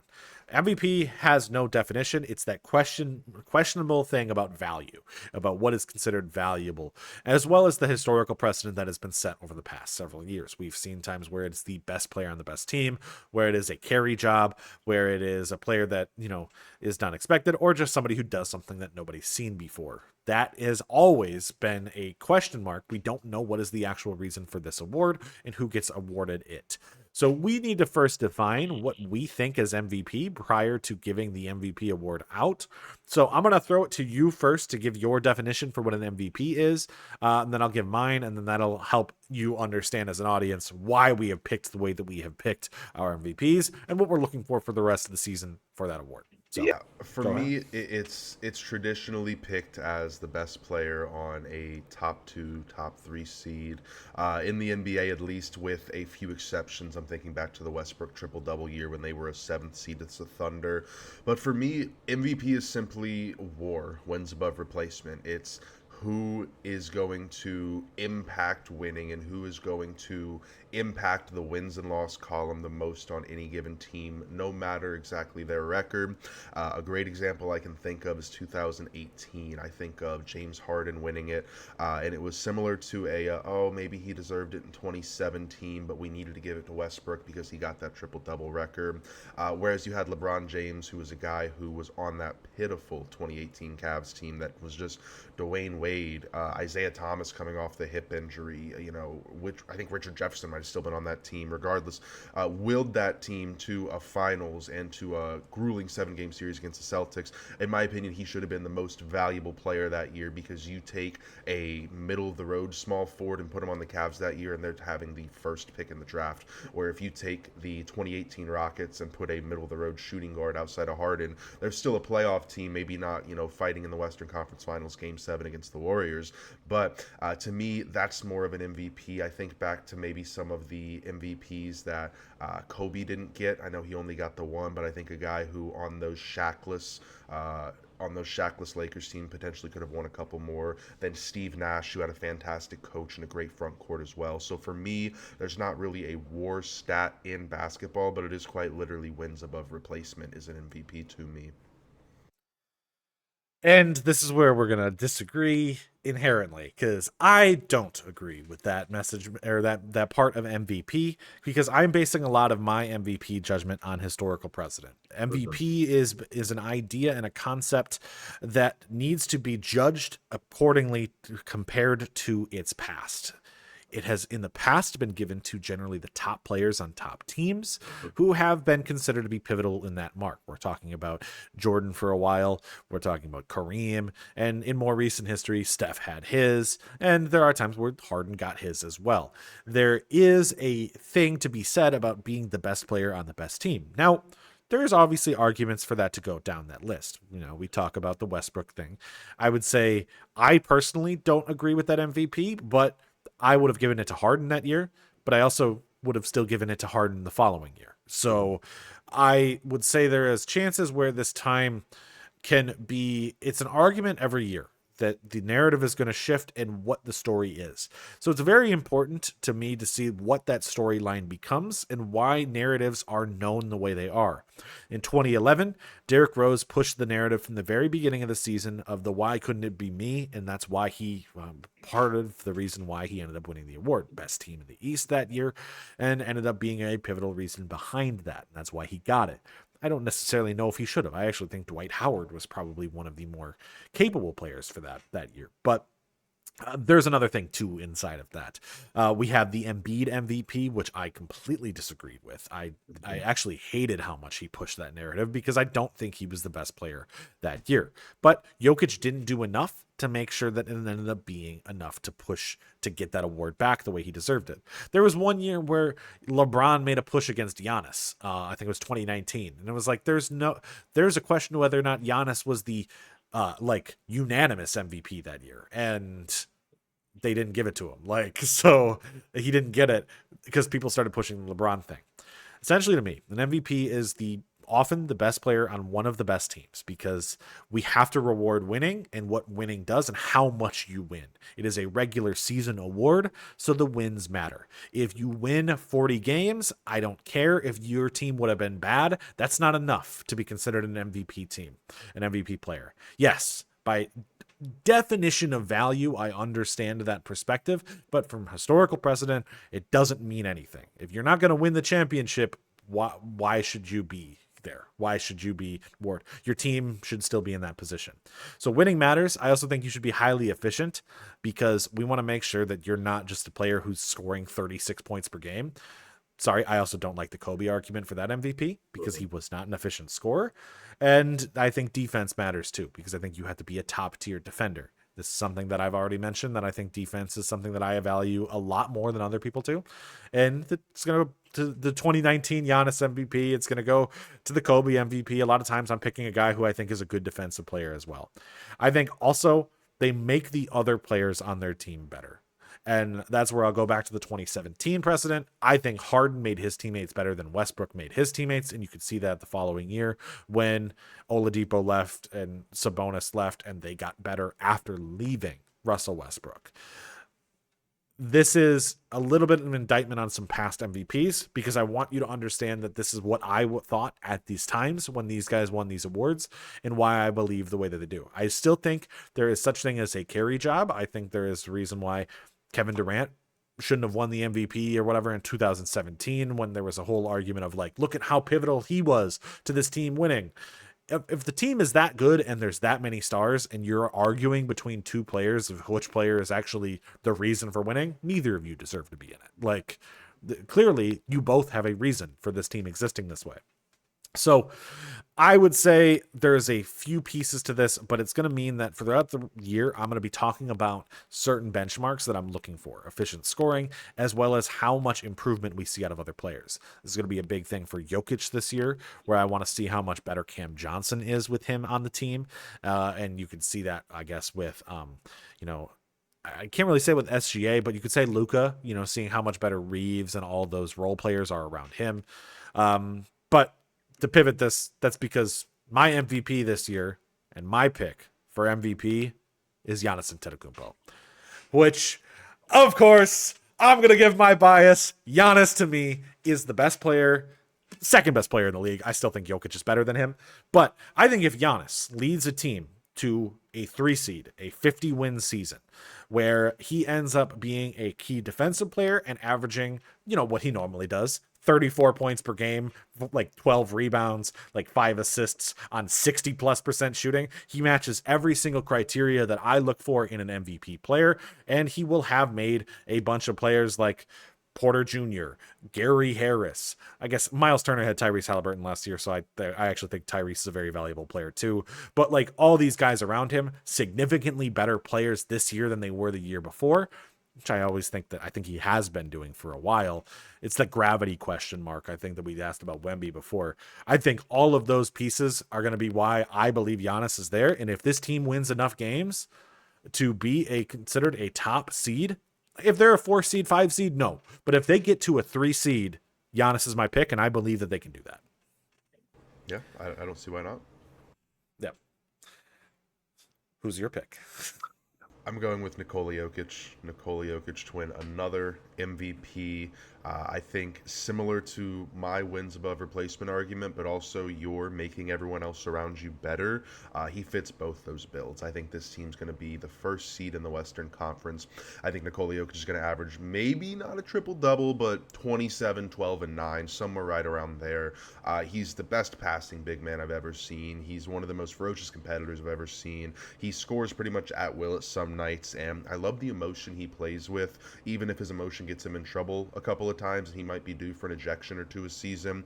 I think this team, while maybe still a good roster without him, I think it takes him to a championship level roster, and he's just the best player in basketball, period, end of sentence. And he has been for probably this entire decade. He is like, this is not, I'm not saying that Jokic is worse than Giannis in any way. I think that that's where the carry job comes in, where Jokic's team is better. If Giannis can bring this team to the same level that the Nuggets can be at, I would pick Giannis. If he can't, I'm instantly going back to Jokic, because Giannis is the only one who I would say is a caliber of player enough that could push his team to possibly will it into the same conversation Jokic is, because I think Giannis is still the second best player in the league. I think he's been the second best player in the league since 2020, when that flipped from him being the best to Jokic taking it. Like, it's been these two. There was a time where it was Embiid. I think SGA has pushed his way into third because Embiid has fallen off a cliff. But these guys are the best players in the league. And we'll talk about this a little bit for our championship prediction, but I have been in the whole boat of, I want to see these two teams play against each other in the finals. I think it would be one of the best NBA finals we've ever seen. Agreed. I don't know if it's going to happen, because I don't trust Doc Rivers as a head coach. It would be great if they, for some reason, fired Doc Rivers and hired Mike Malone, and then Mike Malone, was the head coach for the Bucks. Yep. And I would dream of that situation. I actually was dreaming of it, but like it didn't happen. So that's my desire to see this, because I would say that is at that level. And I also do think that if you had to, and you were arguing between Jokic and Giannis, and all things that I have outlined have come true, Giannis is the better defensive player. Giannis gets the edge. That's where I would say in that MVP race. And that's where I still think Jokic is the better offensive player. I think Giannis is the better defensive player. And that's why it's such a fun question to me. Why I think those two players have been such a fun question, especially as underdogs in small markets. We both have SGA at 3, I think. Or you have SGA at 2. You have Giannis at 3. Third best player on another top team there. And then the other picks that we have, you have Ant-Man and Trae Young, and I have Luka and Wemby. I'm going to go with this. I clearly have apparently international bias. I only like international players, but I think it's the Luka thing is the carry job of the Lakers, where I think if they pushed up to a 3 seed, you could argue Luka there, and I think they would argue, because you're probably talking about a 34 point triple double from Luka Doncic for that to happen. Like, we have to keep elevating the scoring because offense keeps going up.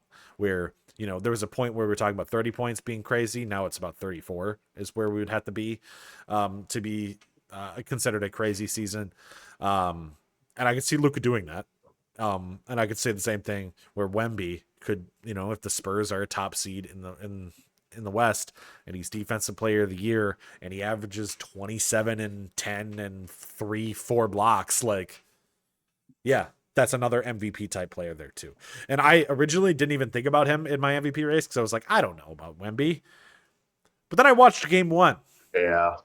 And I was like, okay, MVP, like, he is the best player on the team. It's a question of if that team is good enough, and he clearly has gravity because defensively, the other players don't have to do anything. Like, like you just you can funnel them to him.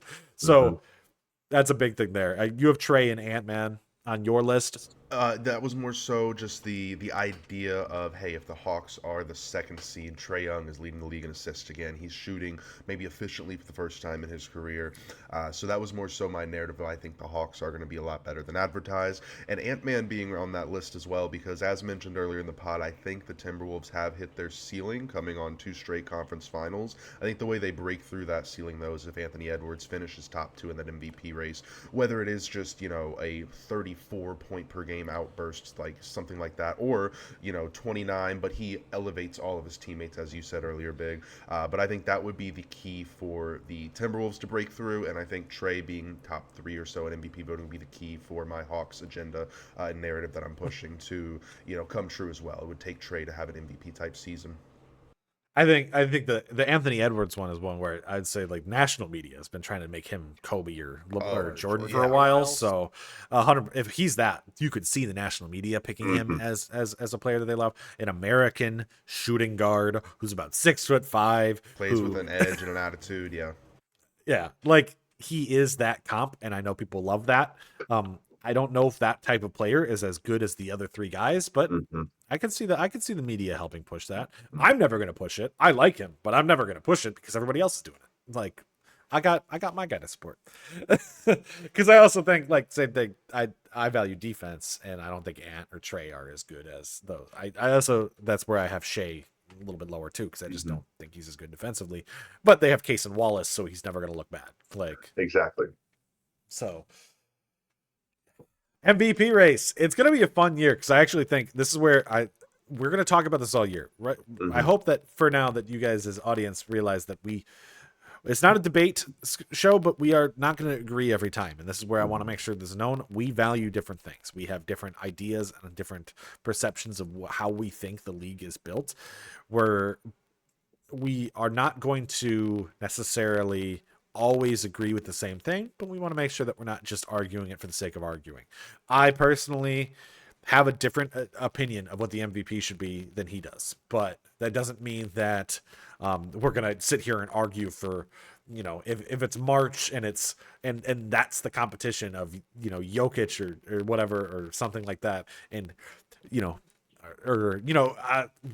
Anthony Edwards is fitting your criteria and Giannis is fitting mine or whatever. And we're not going to do a full 90-minute debate on it. Like, I don't think that matters at all. I think the whole thing is that you understand where we're coming from, why we make this argument the way that we do, so that when we talk about it throughout the year, we don't get stuck in debates for the sake of arguing with each other to pick a side and make a hot take. My hot take is that I like defense. My hot take is I like watching basketball. Yeah. Yes. So that's where we're at. All right. We have gone through the awards. This has gone pretty long. I don't think we're always going to have these be this long. But we are at, I guess, the important question, the thing that nobody can predict. What's your playoffs look like? So we'll start with the play-in. I think we're gonna have Rockets and Spurs in that 7-8 matchup. I gave it to the Rockets. Spurs and Blazers in the 8-9 matchup. Spurs taking it. So I think that would be beautiful and set up Thunder Rockets and Nuggets Spurs in the first round. Would also give us Warriors Lakers in the first round. Clippers Timberwolves as well. My conference finals predictions: the two best teams, the Nuggets and the Thunder. I do think the Nuggets will edge out the Thunder this year to make the NBA Finals. Over in the East, I think it'll be Celtics and Heat in that 7-8 matchup with the Celtics winning it, and then Sixers and Heat in the 8-9 matchup with the Sixers winning it and getting into the 8th seed. I think the Knicks will edge out the Cavs in the second round. I think the Hawks will edge out the Magic in the second round, and then the Knicks will beat the Hawks in the conference finals. I think that team is built for the playoffs. I think they got great, valuable experience last year, and I think that they're going to be healthy come April, May, June. And then I have the Nuggets beating the Knicks in the NBA Finals this year. Nikola Jokic winning his second ring, potentially his fourth MVP or third? Or I think it'd be his fourth. I think fourth, so, yeah. Yeah. I like that pick. I'd say mine are going to be, if I talk about the West first, in the play-in, I have a slightly different, because I have different people there. So the first matchup would be Spurs-Clippers. I think the Spurs win that one, which would mean that in the 9-10 matchup, you would see Grizzlies and Trailblazers. I think whoever wins that doesn't matter. The Clippers will beat them in that matchup. So your 7 and 8 will be the Spurs and the Clippers for me. I do think that's a really, really tough first round for either team. Thunder versus Spurs, Nuggets versus Clippers, or vice versa if it happens. It's a very tough matchup. Nonetheless, I think when we get to the Western Conference Finals, I'm actually thinking that the Thunder somehow are going to lose prior to the matchup to the Nuggets, and I could see a big KD thing, Rockets versus Thunder for that matchup, and see that happen. Or it could be an upset. It could be a Clippers are finally healthy by the playoffs and take down the Thunder, and you're like, oh, whoa, where'd the Clippers come from? Why did a 7 seed win? Like, it's type thing. No matter what, I see the Nuggets going to the finals in the West. I will say, though, I have picked the Nuggets to go to the finals, I think, 6 years in a row. So I have only been right one time. Like, on that one. In the Eastern Conference, like I said, it's a way worse division. I would see the Pistons and Pacers do their first matchup. I think Rick Carlisle's offense would be able to beat and overpower Cade Cunningham in that one. And then I would see the Sixers win against the Heat, and then therefore also beat the Pistons to also make it. My weird pick here is I think it's going to be Cavs and Bucks. In the conference finals, I think the Bucks will be able to take down the Knicks. I think there's a great chance that if we're talking about a great Giannis season like this, that I could see Giannis being able to do his 40 points every game inside the finals, or inside the Eastern Conference Finals, or in that round, I guess, to go 7 games or whatever as he would need to beat the Knicks. But then they'd get to the Cavs, and if you've watched matchups for the last 3 years, the Bucks cannot beat the Cavs. They have never been able to beat the Cavs. Cavs would easily win that series. And the Cavs versus Nuggets in the finals, and I take the Nuggets to win as well. So, yes, Jokic, probably going back to our top 10s list for both of us, I'd say there's a great chance that at the end of the year, if everything goes the way that we might think, Jokic could be a top 10 player of all time. I agree there. It's definitely possible. We got to see how this season looks. I mean, if he averages another triple-double, winning a MVP, finals MVP as well, beating, the Thunder, who look like it's the next dynasty, and he's like, hey, I'm not done yet, then he could very easily. I think same could be said for the Warriors if they go on a magical run and Steph gets number 5. I think we could see him propel into the top 5 even. Yeah, possibly. Very possible. I don't have the Warriors in it, but I think if they were healthy and they put together a run like this, then yes. I could even say the same thing for the Clippers, where if the Clippers would have put together a run and Kawhi looks amazing through the playoffs again, he gets his 3rd finals MVP, and, takes down the Thunder as another dynasty killer, because that's what he does, of, like, just beating good teams. You're starting to argue Kawhi again like we were back in 2019 as a playoff performer. I don't know if he's going to ever get top 10 because of his regular season performances, but like as a playoff performer, you'd have to say there's no better playoff guy that I'd ever want than Kawhi Leonard. Like if that would have happened. So there's a lot of things that are ifs and question marks, I think. And that's where for the rest of the season, we're going to introduce this idea of what is the narrative tracker. This is all the things that we are going to push throughout the year, where we're going to track the ideas and the things that we are mentioning that we are trying to essentially send as what we're putting our names on. and what we might put on together in the narratives that we're following throughout the season. Every episode, we're probably going to be introducing new narratives and new things to follow, and we're also going to be debunking some that are there that aren't necessarily needed to be followed. We're going to make sure that we always have this available to you, so we are transparent and we are held accountable to what our takes are. So we have made a couple takes, each of us so far this season, and we have some justifications and some logic for why they need to exist, what needs to happen for them to be real, essentially, for them to be realized. And so throughout the season, we're going to be following this as our narrative tracker. Every episode, you will see this pop back up. You'll see it as a little thing on the screen whenever we are talking, at times whenever we introduce a new narrative. And so some of the narratives that we have pushed so far as things that are going to be things we're going to be tracking all year. I'll start with the three that I'm really pushing right now to start. Is the first one being that I think the top teams and explosive stars are going to be dealing with a lot more injuries this year. And in order to see that, I think we just need to see a lot of teams deal with some big injuries where they lose guys for a long time. We lost Tatum, we lost Dame, and we lost Halliburton last year. We lost Kyrie at the end of the year. So I think if you had 4 teams lose a big star for a long time again this year, I think that's correct. I think that we're seeing an influx in these types of injuries, and that's a narrative that I'm going to be following all year. Something that I'm not really pushing. It's not like I want it to happen, but like it's something that I think is going to happen. The other ones I have are the Bucks being a great team led by Giannis. You know this agenda. You know why I believe in him. I've talked about it all episode, but essentially for this to happen, I got to see the Bucks win probably 48 games and Giannis to average 32. Like to be in the MVP race, to be in all these positions, that's what I have to have happen. And my other one, it's a more small one, is the CP3 argument, where I do think that there's a great chance that he would lead it. That's a narrative I'm going to follow, is whether or not I think Chris Paul is in that position to do it. We'll add more narratives as the season goes, but that's where I'm starting off with this. I guess you could talk about the Blazers a little bit as something that we both seem to agree with as a position and that team, and our lack of knowledge about the Raptors and how inconsistent they are. But Yep. For a lot of those things, these narratives that we're trying to track, they're all pieces to a puzzle that are going to be something. I want you to hold us accountable to our takes as we watch them, so that when the Bucks start falling apart, I don't start making excuses.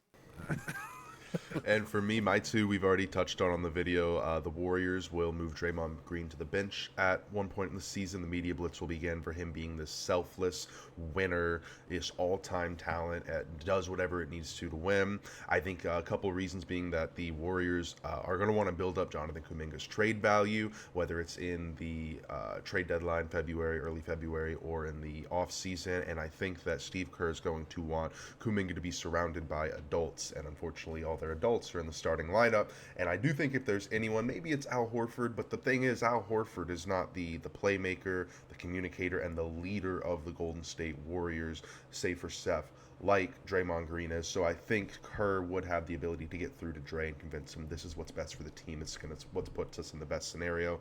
And I understand your point as well about Draymond's ego, but I almost think of it in the reverse of his ego would be inflated, being like, I'm the guy who did that. You're right. And then the second one for me being the Hawks fighting the Cavs for the 1 seed. We know Quinn Snyder's a great coach. We know that Trey consistently leads the league in assists. I love that KP is on the team. Nickeil Alexander-Walker drafting Asa Newell from Georgia. Jalen Johnson finally healthy as well. And then I think all the shooting that they added, assuming that KP can stay healthy, that Jalen Johnson can play more than the 35 to 38 games he played last year, I think it's going to give them an opportunity to really propel themselves into that top 2 seed and maybe even fight for the Cavs if the Cavs take a small step back for that 1 seed. All right. I hope you like this as we establish this. This is going to be us going, and we're going to talk about this more next week. We'll probably talk about the beginning of the season next week when we get into it. Sure. But to conclude, for now, I guess this has been The False Narrative, and this is the end of Chapter 1, so we'll see you next chapter. Thank you, guys.